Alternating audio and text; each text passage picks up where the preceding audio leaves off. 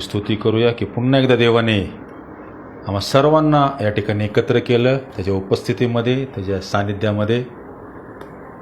आणि आमचा विश्वास आहे प्रभूचं वचन हे जिवंत वचन आहे की ज्यावेळेस आम्ही ते वचन कबूल करतो आणि म्हणतो की जिथं दोघे किंवा तिघे माझ्या नावाने एकचित्त असेल त्यांच्यामध्ये मी हजर आहे. आणि आमचा विश्वास आहे आज देव ह्या ठिकाणी आमच्यामध्ये उपस्थित आहे. आणि बायबल सांगतं की धार्मिकाच्या वस्तीला तो आशीर्वादित करणारा देव आहे.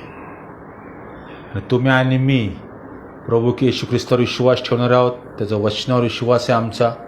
जर आम्ही या ठिकाणी आहोत तर निश्चितच हा परिसर आशीर्वादित झाल्याशिवाय, सुटका झाल्याशिवाय, बंधनातनं श्रापातनं सुटल्याशिवाय राहणार नाही. आणि आमच्या विश्वासाला परमेश्वर निश्चित उत्तर देणार आहे एक ना एक दिवस. आणि आम्ही ते पाहणार आहोत की प्रत्येक गुडघा येशूच्या नावामध्ये टेकला जाणार आहे. पण बायबल सांगतं विश्वास ठेवशील तर देवाचं गौरव पाहशील. आणि आम्ही विश्वास ठेवतो आणि आम्ही ते गौरव पाहणार आहोत काही दिवसामध्ये की देव या ठिकाणी अद्भुत कार्य करणार आहे. निश्चित फक्त आम्ही शुक्रवारसाठी नाही तर आमच्या दैनंदिन प्रार्थनेमध्ये पण आठवण असू द्यावी, रोजच्या प्रार्थनेत आठवण असू दे की या परिसरामध्ये प्रभूने कार्य करावं आणि प्रत्येकाचं तारण व्हावं, प्रत्येकाची सुटका व्हावी, कोणाचा नाश व्हावा अशी देवाची इच्छा नाही आहे. देवाची इच्छा आहे की प्रत्येकाला तारण मिळावं. आणि त्याच उद्देशाने आपण या ठिकाणी एकत्र आहोत की आम्ही पाहत आहोत की बऱ्याचशा गोष्टीचे उत्तर आम्हाला मिळायला सुरुवात झालेली आहे. कारण आमच्या प्रार्थना परमेश्वर ऐकतो. वचन सांगते की एकमेकाची ओजीवा अशाने तुम्ही ख्रिस्ताचा नियम पूर्ण करता. आणि त्याच्याच वचनाद्वारे आपण या ठिकाणी दर शुक्रवार एकत्र येत आहोत. ख्रिस्तातली सहभागिता आम्ही घेतो आणि त्याचे आशीर्वाद आम्हाला पूर्ण आठवड्यावर आम्हाला मिळत असतात. पूर्व बायबल सांगते की प्रभूमध्ये तुमचे श्रम कधीच व्यर्थ नाही आहे. तुम्ही देवासाठी देणारा 1-2 तास जो वेळ आहे त्याचे आशीर्वाद आम्ही आठवडाभर पाहत असतो. देव आमच्या गरजा पुरवतो, आमचं जाणीव आशीर्वाद करतो, उत्तम आरोग्य आम्हाला देतो, मागण्या कल्पनेच्या पेक्षा अधिक आम्हाला देव देतो. कारण जो वेळ आम्ही देवाला देतो त्याच्या बदल्यात भरपूर आशीर्वाद देव आम्हाला देत असतो. म्हणून देवासाठी जो वेळ राखून ठेवलेला आहे तो देवासाठीच दिला पाहिजे, त्याच्यामध्ये बाकी कुठल्या गोष्टी असू नये. हालेलुया. याचा आपण देवाच्या वचनाकडे जाणार आहोत. नीतिसूत्र याचा 3रा अध्याय आणि पहिली 2 वचनं आपण या ठिकाणी वाचणार आहोत. नीतिसूत्र याचा 3रा अध्याय आणि पहिले 2 वचनं. माझ्या मुला माझे धर्मशास्त्र विसरू नको, तुझ्या चित्तात माझ्या आज्ञा वागवत, कारण त्यापासून दीर्घ आयुष्य, वयोवृद्धी व कल्याण हे तुला प्राप्त होतील. पुन्हा एकदा आपण हे वचन वाचणार आहोत. नीतिसूत्र याचा 3रा अध्याय आणि पहिले 2 वचनं. माझ्या मुला माझे धर्मशास्त्र विसरू नको, तुझ्या चित्तात माझ्या आज्ञा वागवत, कारण त्यापासून दीर्घ आयुष्य, वयोवृद्धी व कल्याण ही तुला प्राप्त होतील. देवबाप वाचले वचन आम्हासाठी आशीर्वाद करो. खूप महत्वाचे वचन आहे की ज्याच्याद्वारे आम्हाला आशीर्वाद कसे मिळू शकतात त्याच्याबद्दल हे बायबल आम्हाला शिकवतं. आणि लोक आशीर्वादाच्या मागं धावतात म्हणजे खूप कष्ट करतात, खूप श्रम करणं म्हणजे त्यांना आशीर्वाद पाहिजे असं वाटतं. प्रत्येकाची इच्छा असते की मी दीर्घ आयुष्य जगावं, प्रत्येकाला वाटतं की मी वृद्ध असावं, माझं कल्याण व्हावं, माझी भरभराट असावी, माझ्याकडे सर्व गोष्टी असाव्यात, कुठल्या गोष्टीची मला उणीवता नसावी. मानवी स्वभावानुसार निश्चित आमच्या अपेक्षा असतात की आम्हाला कुठल्याच गोष्टीची कधी टंचाई नसावी. ज्या गोष्टी आम्हाला हव्यात त्या आम्हाला लगेच मिळाल्या पाहिजेत. कधी कधी आम्ही गोष्टीसाठी थांबतो, विचार करतो नाही म्हणतो आता ह्या गोष्टी आमच्याकडनं होणार नाही किंवा आम्हाला ते मिळू शकणार नाही. पण ज्यावेळेस आम्ही परमेश्वराच्या वचनानुसार जगायला सुरुवात करतो, त्याच्या आज्ञा पाळायला सुरुवात करतो किंवा त्याच्या आज्ञा पाळण्यामध्ये आम्हाला स्वतःला देतो, त्याच्यानंतर आमच्या जीवनामध्ये आशीर्वाद मोकळे होत असतात. म्हणून आजचं जर आपल्या उपदेशाचं हेडिंगचं काय असेल तर आज्ञा पालनाद्वारे मिळणारे आशीर्वाद. ज्यावेळेस देव आम्हाला सांगतो की माझे धर्मशास्त्र म्हणजे माझे नियम विसरू नको, तुझ्या चित्तात माझ्या आज्ञा वागवत, म्हणजे तुझ्या अंतकरणामध्ये, तुझ्या विचारांमध्ये बसता उठता चालता बोलता माझ्या आज्ञा तुझ्यामध्ये असल्या पाहिजेत. ज्यावेळेस आम्ही अब्रामाकडे पाहतो, असे बायबलमध्ये बरेचसे मोठे मोठे सेवक होऊन गेले, जे आशीर्वादित कशाला की ते शून्य होते, काय नव्हतं, पण परमेश्वराची आज्ञा पाळल्यामुळे बरेच मोठे मोठे आशीर्वाद त्यांच्या जीवनामध्ये आम्हाला पाहायला मिळतात. ज्यावेळेस अब्रामाला आशीर्वाद का झाला अब्राम, की त्या आज्ञा पाळण्यामुळे अब्राम आशीर्वाद झाला.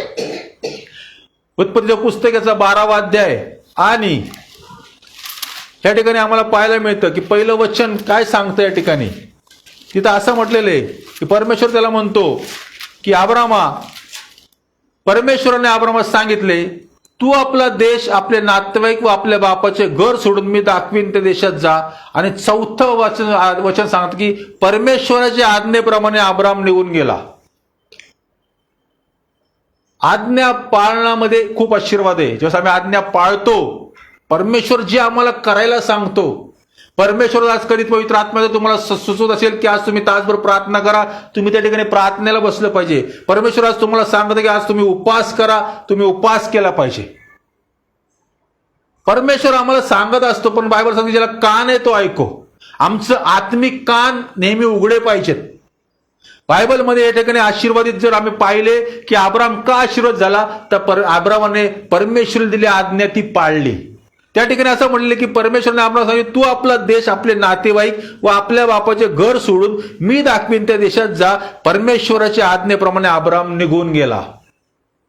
त्याला माहिती नव्हतं कुठं जायचंय, काय जायचंय. ज्यावेळेस आम्हाला देव काय गोष्टी करायला सांगतो, त्याच्या मागे परमेश्वराचा काहीतरी त्याच्या मागे उद्देश आहे. लक्षात घ्या. आम्ही एक रूढी परंपरेचं जीवन जगू शकत नाही. एक साधारण जीवन आम्हाला जगायला देवाने निवडलेलं नाहीये. तर आम्हाला देवाने आत्मिकतेमध्ये, आत्मेने भरून अभिषेकामध्ये, देवाच्या सामर्थ्यामध्ये चालण्यासाठी देवाने आम्हाला निवडलेलं आहे. आमची निवड वेगळी आहे. योहान शुभवर्तमध्ये खुद्द येशू ख्रिस्त काय म्हणतो की तुम्ही मला निवडले, तर मी तुम्हाला निवडलेलं आहे. लक्षात घ्या. परमेश्वराने, येशू ख्रिस्तने आम्हाला निवडलेलं आहे. आम्ही देवाला निवडलेलं नाहीये. ही गोष्ट जोपर्यंत मला समजत नाही तोपर्यंत बायबल मधला ख्रिस्त मला समजणार नाही. माझे आशीर्वाद कसे मिळवायचे मला कळणार नाही. म्हणून आता आपण गाण्याला की जिसने आकाश बनाया, जिसने पृथ्वी बनाई. माझ्या डोळ्यासमोर तो चित्र पाहिजे की ज्याने आकाश बनवलं, ज्याने पृथ्वी बनवली, तो परमेश्वर, तो यहोवा माझ्या बरोबर आहे. ही फिलिंग किंवा ही शाश्वती मला जोपर्यंत प्राप्त होत नाही तोपर्यंत मला देवाचे आशीर्वाद मिळत नाही. मला ते समजलं पाहिजे की साऱ्या सृष्टीचा निर्माण करता, लक्षात घ्या, साऱ्या सृष्टीचा निर्माण करता परमेश्वर आज माझ्या बरोबर आहे. त्या देवाने मला निवडलेलं आहे. त्या परमेश्वराने स्वतःच्या हाताने मला बनवलं, आपला श्वास माझ्या नाकपुड्यामध्ये घातलेला आहे. हा विचार मला खूप आम्हाला आशीर्वादित करतो. मला जोपर्यंत एक घण समजत नाहीये तोपर्यंत मी देवाच्या आज्ञा पाळू शकत नाही. आणि बायबल मधले बरेचसे मोठे जे सेवक होऊन गेले ते प्रत्येकाला त्या गुज आणि ते रहस्य समजलं. म्हणून नीतिसूत्रामध्ये काय म्हणते की तुझ्या चित्तात माझ्या आज्ञा वागवत, म्हणजे आज्ञा पाळल्यामुळे, आज्ञेमध्ये राहिल्यामुळे मला दीर्घायुष्य मिळतं, माझी वयोवृद्धी होती आणि माझं कल्याण होतं. साधं सोपं आहे. खूप अवघड असं काय आमचा परमेश्वर आम्हाला करायला सांगत नाही. सिंपल गोष्ट करायला सांगतो. फक्त आम्हाला आज्ञा पाळल्या पाहिजेत. अब्रामाने आज्ञा पाळली आणि त्याला विश्वासाचा पिता म्हणण्यात आलं. किती फलद्रूप अब्राम झाला, किती आशीर्वादित देवाने त्याला केलं. मोशेने 6 लाख लोकांचं नेतृत्व केलं. मिस्रातनं सर्व इस्रायल लोकांना काढलं आणि दुधामादाच्या प्रदेशात घेऊन जाण्यासाठी नेतृत्व केलं. कशामुळं करू शकला तो एवढं? फक्त आज्ञा पालनामुळं. आज्ञा पाळण्यामध्ये खूप आमचे आशीर्वाद आहे. देव आम्हाला जे सांगतो आम्ही सतत केलं पाहिजे. देव जर मला पहाटे उठू म्हणतोय तर आम्ही पहाटे उठून प्रार्थनेला बसलं पाहिजे, गुडघ्यावर आलं पाहिजे, प्रभूची आराधना केली पाहिजे, वचन वाचलं पाहिजे. देव जर मला कुठं पेरायला सांगत आहे तर आम्ही पेरणी केली पाहिजे. मला आशीर्वाद मिळवायचे, माझं कल्याण व्हावं अशी जर माझी इच्छा असेल, मी दीर्घ आयुष्य जगावं, माझी वयोवृद्धी व्हावी, हे अनुभव आमच्या जीवनामध्ये त्यावेळेस ज्यावेळेस मी प्रभूने दिलेले आज्ञा पाळण्यामध्ये मला ते प्राप्त होतं. दावीद सर्वात जास्त युद्ध जिंकला. बायबल सांगते की परमेश्वर म्हणतो की दावीद माझ्या मनासारखा होता. का होता? तो देवाची आज्ञा पाळत होता. आज तोच परमेश्वर जो त्याच्याबरोबर होता तोच देव आज आमच्या बरोबर सुद्धा आहे. त्या देवाची सुद्धा आमच्याकडनं तीच अपेक्षा आहे की आम्ही परमेश्वराच्या आज्ञा पाळल्या पाहिजे. जोपर्यंत आम्ही आज्ञा पाळत नाही तोपर्यंत आम्हाला ते आशीर्वाद मिळत नाही. अनुवाद पुस्तक याचा 5वा अध्याय तुम्ही या ठिकाणी वाचला, त्या ठिकाणी आम्हाला पाहायला मिळतं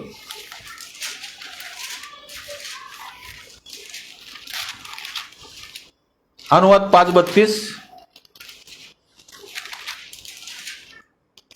इथं असं म्हटलेलं आहे, तुम्ही आपला देव परमेश्वर ह्याची आज्ञा काळजीपूर्वक पाळा, उजवी डावीकडे वळू नका. म्हणजे आम्हाला देवाची आज्ञेत राहणं किती महत्वाचं आहे. उजवी डावीकडे वळणं म्हणजे आम्ही जगातनं अपेक्षा करतो, जगिक गोष्टीच्या जगातल्या लोकांकडनं आमच्या अपेक्षा चालू होतात. माझी गरज ह्याच्याकडनं पूर्ण होईल का? तो व्यक्ती माझी गरज पूर्ण करेल का? तो माझे प्रश्न सोडवेल का? नाही. आम्हाला या ठिकाणी सांगितलं की तू आपला देव परमेश्वर ह्याच्या आज्ञा काळजीपूर्वक पाळ, उजवी डावीकडे वळू नका. ज्या मार्गाविषयी तुमचा देव परमेश्वराने तुम्हाला आज्ञा केली त्याच मार्गाने तुम्ही चाला. त्याच मार्गाने देवाने दिला मार्ग. कोण आहे आमचा मार्ग? प्रभू येशू ख्रिस्त आमचा मार्ग आहे. आणि तो स्वतः म्हणतो की मार्ग, सत्य व जीवन मीच आहे. येशू ख्रिस्त म्हटलेल्या मार्गावरती मला चालायचंय, बस. बाकी मला काय करायचं नाहीये. येशू ख्रिस्त जो मार्ग आहे मला, त्या मार्गावर मला चालतो. म्हणतो की जो मार्ग तुम्हाला दिला त्याच मार्गावर तुम्ही चाला, म्हणजे तुम्ही जिवंत राहाल आणि तुमचे कल्याण होईल. आमचं कल्याण एकाच गोष्टीमध्ये, ते म्हणजे प्रभू येशू ख्रिस्ताच्या मागे चालणं. जशा प्रकारे 3.5 वर्षाचा काळ प्रभू येशू ख्रिस्त या भोवतालती जगला, 4 शुभवर्तमानाचा तुम्ही अभ्यास केला, वाचन केलं, मनन केलं, तर ख्रिस्ताचा स्वभाव, ख्रिस्ताचं वागणं, ख्रिस्ताचं बसणं उठणं सर्व तुम्हाला त्याच्यामध्ये प्राप्त होईल. तशा प्रकारे आम्हाला चाललं पाहिजे. तशा प्रकारे आमची वाढ झाली पाहिजे. रोज रोज आम्हाला स्वतःला प्रभूमध्ये दिलं पाहिजे. समर्पित जीवन, पापक्षमेचं जीवन, पश्चातापाचं जीवन. म्हणून तो म्हणतो की माझं कल्याण होण्यासाठी मला त्या मार्गाने गेलं पाहिजे ज्या मार्गाविषयी तुमचा देव परमेश्वर तुम्हाला आज्ञा केली आहे. देवाने ज्या आज्ञा आम्हाला दिल्या आहेत त्या आज्ञा आम्ही पाळणं गरजेचं, लक्षात घ्या. आज्ञा जर मी पाळत नाही तर मी देवावर विश्वास दाखवतो. देवावर विश्वास दाखवणं सर्वात मोठं पाप आहे माझ्या भावा बहिणी. मी चिंता करतो, काळजी करतो, याच्या अर्थी मी देवावरती विश्वास दाखवतो. म्हणून बायबल सांगते की तू आपला देव परमेश्वर याच्यावर पूर्ण मनाने, पूर्ण जीवाने, पूर्ण शक्तीने प्रीती कर. मला माझ्या ख्रिस्तावरती कुठल्या प्रकारचा किंतु परंतु मनात न आणता संपूर्ण मनाने, संपूर्ण जीवाने, संपूर्ण शक्तीने प्रीती करायची. प्रथम प्रभू, प्रथम ख्रिस्त, त्याच्यानंतर बाकीच्या सर्व गोष्टी. देवाचा वेळ देवाला देणं, देवाच्या सहभागितेमध्ये जाणं, चर्चला उपस्थित राहणं, उपासना आराधना आत्म्यानं खरेपणाने करणं, गुडघ्यावरून देवाची प्रार्थना करणं, तासनतास प्रभूच्या वचनाचं मनन करणं, देवाकडे ते ज्ञान प्रकटीकरण मागणं, सामर्थ्याचा अभिषेकाचा आत्मा मागणं, हे प्रभूकडे आम्ही मागितलं पाहिजे. तर आम्ही आमच्या दैनंदिन गरजाच मागतो, आमची रोजची भाकर आम्हाला मागतो. देवाने ते देऊ केलेली आहे तुम्हाला प्रभूच्या प्रार्थनेमध्ये, ती मागायची गरज नाहीये. आज मागायची गरज काय की प्रभू मला तुझ्या मार्गात चालव, तुझ्या आज्ञा पाळायला मला शिकव. जेवढे मोठे मोठे सेवक संदेष्टे बायबलमध्ये होऊन गेले ते एवढे का होऊ शकले आशीर्वादित माहिती आहे का? त्यांनी परमेश्वराची आज्ञा पाळली, ते त्याच्या मार्गात राहिले, ते कुठे डावी उजवीकडे वळाले नाही. संकट आले, समस्या आल्या, पण हल्ले नाही जागचे. दानियाला किती मोठा संकटातनं जावं लागलं, पण दानियल बायबल सांगते की नित्य नियमाने दिवसात 3 वेळा तो यरुशलेमेकडे तोंड करून प्रार्थना करत होता.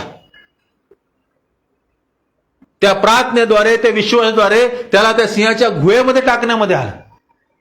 पण माझ्या भाऊने त्या ठिकाणी सुद्धा परमेश्वराने त्याला सांभाळलं, त्याला त्या ठिकाणी वाचवलं. तो देवासंगती जर आम्ही विश्वासू राहिलो, तो देव आमच्यासाठी विश्वास राहतो. आमच्या प्रत्येक संकटातनं, समस्येतनं आमचा प्रभू आम्हाला सोडवायला समर्थ आहे, लक्षात ठेवा. आम्ही आमच्या ताकदीवर, आमच्या जोरावर काय करू शकत नाहीये. जी आज्ञा प्रभू आज आम्हाला देते त्या आज्ञा आम्ही पाळल्याच पाहिजे. त्या आज्ञामध्ये चालणं, त्या मार्गात चालणं हे आमचं प्रथम कर्तव्य आहे. म्हणतो या ठिकाणी की ज्या मार्गाविषयी तुमचा देव परमेश्वर यांनी तुम्हाला आज्ञा केली आहे त्याच मार्गाने तुम्ही चाला. कुठला मार्ग आहे आज आमच्याकडे? आमच्याकडे एकच मार्ग आहे, जो मला सार्वकालिक जीवनामध्ये घेऊन जाणार आहे, जो मला स्वर्गाचं वारीस बनवणार आहे, जो मला फक्त आणि फक्त तो एकच मार्ग म्हणजे प्रभू येशू ख्रिस्ताचा मार्ग आहे. ख्रिस्ताशिवाय पर्याय नाहीये. ख्रिस्तच हा तारणार आहे. ख्रिस्तच माझा उद्धारक आहे. ख्रिस्तच माझा आरोग्यदाता आहे. ख्रिस्तच माझी परिस्थिती बदलणार आहे. येशू ख्रिस्ताच्या चरणाजवळच माझे सर्व प्रश्न सुटतात. माझी परिस्थिती बदलली जाते. अशक्य गोष्टी शक्य करण्याचं सामर्थ्य कोणामध्ये? तर प्रभू येशू ख्रिस्तामध्येच आहे. म्हणतो की मी तुमच्यामध्ये, तुम्ही माझ्यामध्ये राहिलात तर जे काही तुम्ही मागाल ते तुम्हाला मिळेल. मी त्याच्यामध्ये असलं पाहिजे, तो माझ्यामध्ये असला पाहिजे. एवढी घट्ट सहभागिता जेव्हा आमची होते तेव्हा आम्ही जे काही मागू ते आम्हाला मिळतं. आज्ञा पालनामध्ये खूप आशीर्वाद आहे माझ्या भावा बहिणी. जेवढे जास्त आम्ही आज्ञा पाळू तेवढे जास्त आम्हाला आशीर्वाद मिळतात. म्हणून इथं सांगितलेल्या 6व्या अध्यायातल्या 5व्या वचनामध्ये तो म्हणतो की आपला देव परमेश्वर याच्यावर पूर्ण मनाने, पूर्ण जीवाने, पूर्ण शक्तीने प्रीती कर. आणि एवढंच नाही तर पुढे 7व्या वचनात की तू आपल्या मुलाबाळांच्या मनावर बिंबव. आणि घरी बसलेला असताना, मार्गाने चालत असताना, निसता उठता त्याविषयी बोलत जा. देवाच्या आज्ञेविषयी. त्या आपल्या हाताला चिन्ह दाखल बांध आणि आपल्या डोळ्याच्या मध्यभागी कपाळपट्टी म्हणून लाव. आपल्या दाराच्या बाह्यावर, आपल्या फाटकावर त्या लिही. ही एवढे आम्हाला सांगितलेलेच करायला. देवाचं वचन आम्हासाठी खूप महत्वाचं आहे. प्रभूचं वचन आम्हाला प्रत्येक संकटातनं वाचवतं. प्रभूचं वचन आमचे सर्व मार्ग मोकळे करतं. अनुवादाचा 11वा अध्याय आणि 26वं वचन या ठिकाणी सांगता आम्हाला, पहा तुमच्या पुढे आशीर्वाद व शाप हे दोन्ही मी ठेवीत आहे. म्हणजे तुमचा देव परमेश्वराच्या ज्या आज्ञा मी आज तुम्हाला सांगत आहे त्या तुम्ही पाळल्या तर तुम्हाला आशीर्वाद मिळेल. आमचे आशीर्वाद कशात आहेत? कुरकुर करण्यामध्ये, निंदा करण्यामध्ये, खोटं बोलण्यामध्ये, हेव्या द्याव्यामध्ये, चढाओढीमध्ये नाही. आमचे आशीर्वाद परमेश्वराचं वचन, परमेश्वराची आज्ञा पाळण्यामध्ये आमचे आशीर्वाद आहे. देवाने आम्हाला काय सांगितलेलं आहे? तो आपल्या शत्रूवर प्रीती कर. देवाने आम्हाला काय सांगितलेलं आहे? प्रत्येक आशीर्वाद मला मिळवायचा असेल तर मी पूर्ण जीवाने, पूर्ण शक्तीने, पूर्ण मनाने आम्ही ख्रिस्तावर प्रीती करायला पाहिजे. आणि जशी आपल्यावर, जे आपल्या शेजाऱ्यावर प्रीती करायला सांगितलेलं आहे. प्रत्येक व्यक्ती हा माझा शेजारी आहे. मग मी जॉब करत असेल, माझ्या ऑफिसमधला असेल, मी बिझनेस करायला माझ्या पार्टनर त्याच्यावर असेल, माझ्या घराच्या बाजूला राहणारे, मी जिथे कुठे असतो तिथं जो असतो व्यक्ती, तो प्रत्येक व्यक्ती माझा शेजारी आहे. याचा अर्थ मला त्या शेजाऱ्यावर प्रीती करायला बायबल सांगतं. जशी आपल्यावर, जशी आपल्या शेजाऱ्यावर प्रीती कर. समाधानी राहायला प्रभूने आम्हाला सांगितलेले. म्हणून बायबल सांगतं की या जगातल्या कुठल्याच वासनेच्या तुम्ही अधीन होऊ नये.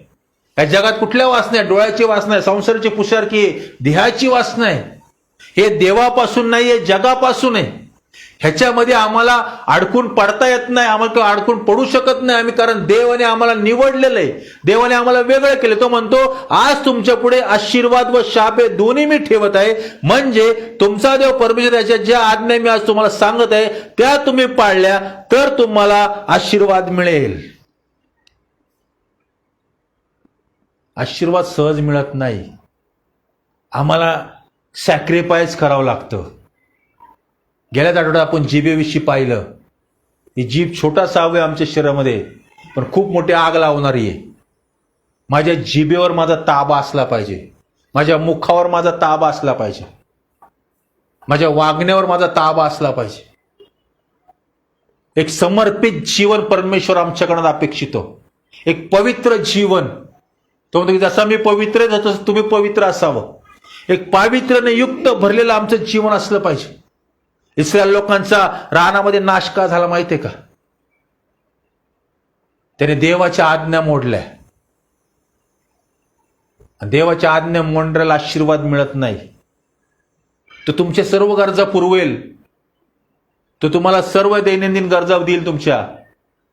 पण बायबल आम्हाला सांगतं की तुम्ही रोज प्रभूजी प्रभूजी म्हणत राहाल, पण त्याच्या इच्छेनुसार जर मी करत नाही किंवा त्याच्या आज्ञा जर मी पाळत नाहीये तर मी स्वर्गात जाऊ शकत नाही. इथं तुमच्या गरजा पुरवल्या. इस्रायल लोकांच्या रानामध्ये सर्व गरजा परमेश्वराने पुरवल्या. स्वर्गीय मानना त्यांना दिला, खडकातनं पाणी दिलं त्यांना, प्रत्येक गरज पुरवली.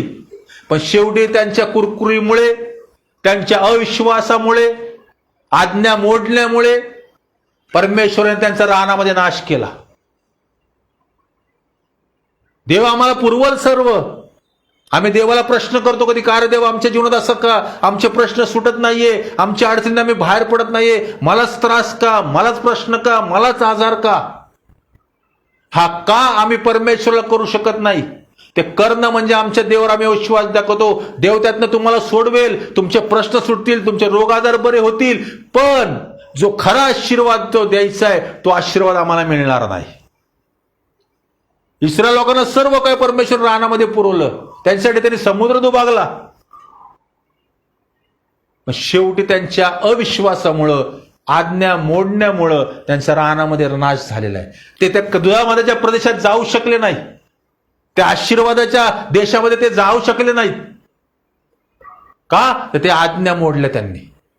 आज देव आम्हाला संधी देतोय की आम्ही स्वतःला पश्चाताप करून परमेश्वराला समर्पित म्हणून की प्रभू, मी कुठं कुरकुर केली असेल, मी कोणाची निंदा केली असेल, मी कुठं खोटं बोललो असेल, कोणाविरुद्ध माझ्या मुखातनं अपशब्द निघाले असतील, तर प्रभू आज पश्चातापी अंतकरणाने मी क्षमा मागतो, यासाठी की परमेश्वरा मला त्या आशीर्वादाच्या देशामध्ये जायचंय. ज्या परिस्थितीमध्ये आम्ही आहोत त्या परिस्थितीमध्ये परमेश्वर आम्हाला सांगते की तुम्ही समाधानी राहायला शिका. ज्या परिस्थितीमध्ये देवाने आम्हाला ठेवले, प्रभू आम्ही तुला धन्यवाद देतो, जे काही आमच्याकडे त्याच्याबद्दल आम्ही तुझे आभार मानतो. हेच का नाही, तेच का नाही, हा विषय आजपासून जेव्हा आम्ही बंद करू, आशीर्वाद आम्हाला मोकळे व्हायला सुरुवात होती. इस्रायल लोकांची ती चूक त्या ठिकाणी त्यांना भोवलेली, आणि ती जी पिढी मिस्रातनं निघली होती ती पिढी त्या कनान देशामध्ये पोहोचू शकली नाही. माझ्या भावाबहिणींनो, मला तुम्हाला या ठिकाणी एक सांगायचंय, देवाने ज्या आज्ञा आम्हाला दिल्या आहेत त्या आज्ञा पाळण्याकडे लक्ष द्या. परमेश्वराचं भय आमच्यामध्ये असलं पाहिजे. जे मतकृत्य येशू ख्रिस्ताने आमच्यासाठी त्या वधस्तंभावरती केले ते सतत माझ्या डोळ्यासमोर असलं पाहिजे. जो वधस्तंभ घेऊन येशू ख्रिस्त माझ्यासाठी चाललेला आहे, आज मी सुद्धा माझा रोज वधस्तंभ घेऊन त्या ख्रिस्ताच्या मागत चाललं पाहिजे. रोज माझा वधस्तंभ घेऊन सॅक्रिफाईस जीवन देवासाठी. जगातल्या प्रत्येक मोहापासून प्रभू मला बाहेर काढ, माझी प्रार्थना असली पाहिजे रोजची. कुठल्या मोहामध्ये मला अडकून नको ठेवू, कुठल्या लोभामध्ये मला अडकून नको ठेवू, कुठल्या गोष्टीचं माझ्यावरती ते जास्त त्याचा प्रभाव माझ्यावर पडू नको देऊ. अशा आमच्या प्रार्थना असायला पाहिजे. आणि परमेश्वराचं भय बाळगून त्याच्या मार्गात चालण्याचा आम्ही प्रयत्न केला पाहिजे. म्हणून तो या ठिकाणी म्हणतो की ज्या मार्गात तुला चाललं पाहिजे त्या मार्गात मी तुला कळवेन. माझ्या भावा बहिणींनो, आज परमेश्वर आम्हाला सांगत आहे की आज्ञा पालन करण्यामध्ये आमचे आशीर्वाद आहे. ते आम्ही ज्यावेळेस करू त्याच देव आम्हाला आशीर्वाद करल. योहानाचं पत्र, पहिलं पत्र, याचा पहिला अध्याय आणि 3रं वचन आम्हाला या ठिकाणी सांगतं. योहानाचं पहिलं पत्र 3रा अध्याय आणि 23वा वचन.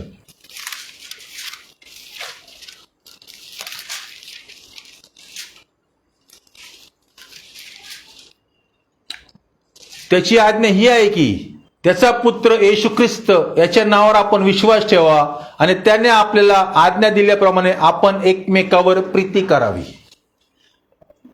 परमेश्वराने दिलेली आज्ञा आम्हाला सर्वात पहिली आज्ञा ही आहे की आम्ही येशू ख्रिस्ताच्या नावावर विश्वास ठेवावा. त्याच्या मार्गात चालण्यासाठी, ख्रिस्त म्हटलेल्या मार्गावर चालण्यासाठी आमचा विश्वास खूप महत्वाचा आहे. दुसरी गोष्ट म्हणजे त्याने आपल्याला आज्ञा दिल्याप्रमाणे आपण एकमेकावर प्रीती करावी. परमेश्वराने आम्हाला या आज्ञा सांगितलेल्या आहेत. दुसरी गोष्ट म्हणजे त्या त्याच्यामध्ये 2रा अध्याय आणि 3 आणि 4 वचन आम्हाला काय सांगतं. इथं असं म्हटलंय, आपण त्याच्या आज्ञा पाळल्या तर त्यावरून आपणास कळून येते की आपण त्याला ओळखतो. मी त्याला ओळखतो असे म्हणून त्याच्या आज्ञा जो पाळीत नाही तो लबाड आहे, त्याच्या ठायी सत्य नाही. वचन आम्हाला स्पष्ट सांगतं माझ्या भावाने त्याच्या आज्ञा पाळल्या तर त्यावरून आपल्याला कळून येते की आपण त्याला ओळखतो, आणि मी त्याला ओळखतो असे म्हणून त्याच्या आज्ञा जो पाळत नाही तो लबाड आहे, त्याच्या ठाई सत्य नाही. आज आज्ञा पाळणं खूप महत्वाचं आहे. एक आशीर्वादित जीवन, येशू ख्रिस्ताला अनुसरून जीवन जर मला जगायचंय तर एक मी आशीर्वादित जीवन जगलं पाहिजे. तर आज्ञा पाळल्या पाहिजेत, देवाच्या मार्गात चाललं पाहिजे. उपदेशाचं पुस्तकाचा 12वा अध्याय आणि 13 वचन आम्हाला या ठिकाणी सांगतं. उपदेशक, ज्याला मिळेल तो वाचेल.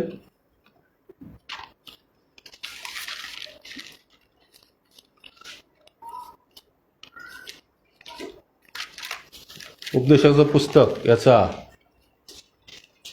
खूप महत्वाचं वचन आहे आपल्यासाठी. 12वा अध्याय आणि 13 वचन. आता सर्व काही तुम्ही ऐकले, सर्वांचे सारे हे की देवाचे भय धर व त्याच्या आज्ञा पाळ. मनुष्य कर्तव्य काय ते एवढेच आहे. आमेन. आम्हाला जे सांगितलेले ते एकच आहे की आम्ही देवाचं भय धरायचं आणि त्याच्या आज्ञा पाळायच्या. हे आशीर्वाद आम्हाला मिळतात फक्त आणि फक्त देवाच्या आज्ञा पाळण्यामुळेच. आणि तोच आम्हाला परमेश्वर ठिकाणी सांगतो. निर्गमनाचा 15वा अध्याय आणि 26 वचन असं सांगतं, तू आपला देव परमेश्वराचे वचन मनापासून ऐकशील आणि त्याच्या दृष्टीने जे नीट ते करशील, त्याच्या आज्ञेकडे कान देशील आणि त्याचे सर्व विधी पाळशील तर मिस्री लोकांवर जे रोग मी पाठवले होते त्यापैकी एकही तुझ्यावर पाठवणार नाही, कारण मी तुला रोगमुक्त करणारा परमेश्वर आहे. आजारपण आमच्या शरीरातनं कधी जाऊ शकतं माहितीये का? आम्ही परमेश्वराची आज्ञा पाळू त्यावेळेस. देवाने ज्या आज्ञा दिलेल्यात आम्हाला त्या आज्ञा जेव्हा आम्ही पाळतो त्यावेळेस आमच्या जीवनातनं प्रत्येक रोग आजार निघून जातात. पण आम्हाला आज्ञामध्ये सांगितलेलं आहे की खून करू नको, व्यभिचार करू नको, चोरी करू नको, आपल्या शेजाऱ्याविरुद्ध खोटी साक्ष देऊ नको, आपल्या शेजाऱ्याच्या घराचा लोभ धरू नको, आपल्या बापाचा व आपल्या आईचा मान राख, तुला अन्य देव नसावेत. अशा बऱ्याचशा गोष्टी परमेश्वरने आम्हाला त्या आज्ञामध्ये दिल्या आहेत. त्या आज्ञा आम्ही पाळल्या पाहिजेत. मत्तेकृषी पुराणाचा 5, 6, 7 अध्याय तुम्ही वाचले तर तुम्हाला सर्व गोष्टीचा उलगडा होईल की मी कशा त्या आज्ञा पाळल्या पाहिजेत. आणि ज्यावेळेस आम्ही त्या आज्ञा पाळू तर परमेश्वर म्हणतो की तुला रोगमुक्त करणारा परमेश्वर आहे, त्या परिस्थितीनं बाहेर काढणारा मी परमेश्वर आहे. आणि या सर्व गोष्टी जर मला पाहिजे असेल तर माझ्या भावा बहिणींनो, अनुवादाचं पुस्तकाचा 28वा अध्याय हा पूर्ण तुम्ही वाचा. त्याच्यामध्ये तुम्हाला आशीर्वाद पण दिसतील आज्ञा पाळण्यामुळे, आणि आज्ञा न पाळण्यामुळे त्याचे दुष्परिणाम काय ते तुम्हाला पाहायला मिळतील. म्हणून मला तुम्हाला या ठिकाणी सांगायचंय, आज प्रभूमध्ये तुम्ही आहोत तर परमेश्वर आम्हाला या ठिकाणी सांगत आहे की माझ्या आज्ञा तुम्ही पाळा. अनुवादाचा 28वा अध्याय पहिले 1 ते 14 वचन जे आशीर्वादाचे वचन आहेत. देव आम्हाला ते आशीर्वाद देत आहे. सुरुवातीला तुम्ही पाहिलं या ठिकाणी खूप पहिल्या वचनामध्ये खूप चांगलं लिहिलं आहे त्यांनी. अनुवादाचा 28 पहिलं वचन जर वाचलं तिथं असं म्हटलेलं आहे, तुझा देव परमेश्वराची वाणी तू लक्षपूर्वक ऐकशील आणि ह्या ज्या सर्व आज्ञा आज मी तुला सांगतो त्या काळजीपूर्वक पाळशील तर तुझा देव परमेश्वर पृथ्वीवरील सर्व राष्ट्रापेक्षा तुला उच्च करेल. हा पहिला आशीर्वाद आम्हाला या ठिकाणी पाहायला मिळतो. तू आपला देव परमेश्वराची वाणी ऐकशील तर हे सर्व आशीर्वाद तुझ्याकडे धावत येतील. धावत येतील. तुम्हाला आशीर्वाद मागे जायची गरज नाहीये. परमेश्वराने दिल्या फक्त आज्ञा मला पाळायच्या. ज्यावेळेस मी आज्ञा पाळतो, बायबल सांगते की सर्व आशीर्वाद तुझ्या मागे धावत येतील. माझ्या भावा बहिणींनो, काबाड कष्ट करणं, खूप श्रम करणं, खूप धावपळ करणं जगिक दृष्टिकोनातून ठीक आहे, पण आत्मिक दृष्टिकोनातून आम्हाला देवाने ज्या गोष्टी सांगितल्या त्या जर मी करायला सुरुवात करेल तर बायबल सांगतं की मी तुझ्या गरजा झोपेते पुरवायला समर्थ आहे. जर मी देवाच्या आज्ञा पाळायला सुरुवात केली, मी वचनाकडे लक्ष दिलं, येशू ख्रिस्तावरती विश्वास ठेवला, परमेश्वर मला आशीर्वादित करेल. परमेश्वर माझे मनोरथ सिद्धीसनील मागण्याल कल्पनेच्या पेक्षा तो आम्हाला अधिक देईन. म्हणून आम्हाला या ठिकाणी पाहायला मिळतं नीतिसूत्राचा 3रा अध्याय पहिलं वचन जे आम्ही वाचलं त्याच्यामध्ये आम्हाला असं पाहायला मिळतं की तो ह्या ठिकाणी म्हणतो आम्हाला की माझे धर्मशास्त्र म्हणजे माझे नियम विसरू नको. तुझ्या चित्तात माझ्या आज्ञा वागवत, कारण त्यापासून दीर्घ आयुष्य, वयोवृद्धी व कल्याण तुला प्राप्त होतील. आज्ञा पाळण्यामध्ये आमचे आशीर्वाद आहेत. आज्ञा पाळण्यामध्ये आमचं कल्याण आहे. आज्ञा पाळण्यामध्ये आम्ही दीर्घ आयुष्य जगू शकतो. आमचं आयुष्य वाढवणारा, आम्हाला फलद्रूप करणारा, आम्हाला आशीर्वादित करणारा जर कोण आहे तर फक्त आणि फक्त प्रभू येशू ख्रिस्त आहे. आणि जे त्याने आज्ञा दिल्यात त्या आज्ञा आपण पाळूया, त्याच्या मार्गात चालू. आज्ञा आम्हाला कधी समजतील? जसं आम्ही प्रभूचं वचन जीवभावे वाचायला सुरुवात करू, मनापासून वाचू, देवाच्या वचनावरती लक्ष देऊ. तो म्हणतो की लक्षपूर्वक माझं वचन ऐकशील, त्याच्यावर मनन करशील, माझ्या आज्ञा पाळशील, ते सर्व आशीर्वाद तुझ्याकडे धावत येतील. हालेलुया, आमेन. देवबाप वाचले वचन आम्हा सर्वांसाठी आशीर्वाद करो, असं आपण प्रार्थना करूया. परमेश्वर, आम्ही तुझे उपकार स्तुती करतो, तुझ्या नावाला धन्यवाद देतो. आमच्या जिवंत देवा प्रभू, तुझं वचन अद्भुत आहे. परमेश्वरा, आमच्या गरजेनुसार तुझ्या आत्म्याद्वारे तू आमची भेट घेतो प्रभूजी. आणि तुझं वचनच माझ्या परमेश्वर आम्हाला घडवतं, बनवतं प्रभूजी. आणि खरं देवपा, तू आमचा कुंभार आहे माझ्या परमेश्वर. आम्ही तुझी माती आहोत. आम्ही आमचं समर्पण तुझ्या चरणी करतो. तुला पसंत पडणारं असं पात्र तू आम्हाला बनवते तुझ्या वचनाद्वारे प्रभू. आम्ही तुला धन्यवाद देतो माझ्या परमेश्वरा.